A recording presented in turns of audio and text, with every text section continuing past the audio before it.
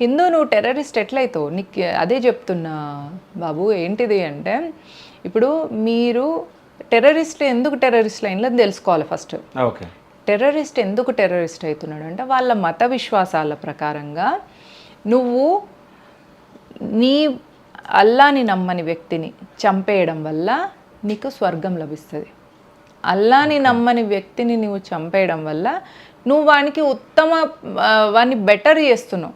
అంటే నువ్వు ఏమన్నా చేయి హిందూ నరకానికే పోతాడు.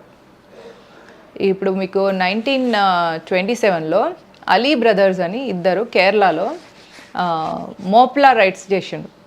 అంటే వాళ్ళిద్దరు షౌకత్ అలీ ఆయన తమ్ముడు ఇద్దరు కేరళలో హిందువులను ఆడవాళ్ళ కడుపుతోనున్న వాళ్ళని చంపి కడుపులోంచి బిడ్డను తీసి అక్కడ దగ్గరలో ఆవు ఉంటే ఆవుని చంపేసి దగ్గర ఆలయం లోపల ఆ ఆవు పేగులు నేసి ఇట్లాంటి దౌర్జన్యమైన మారణ హోమం చేసిండ్రు కేరళలో. దాన్ని మోప్లా రైట్స్ అంటారు.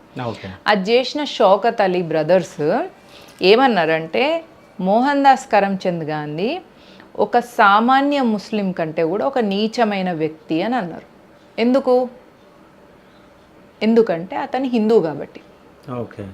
అంటే ఇస్లాం ప్రకారంగా నువ్వు ఒక కాఫిర్ని చంపేసిన ఆ కాఫిర్ని ఈ భూమి మీద లేకుండా చేస్తే నువ్వు వాళ్ళ ధర్మం కోసం ధర్మయుద్ధం చేసినట్టు అని వాళ్ళ సిద్ధాంతం అది.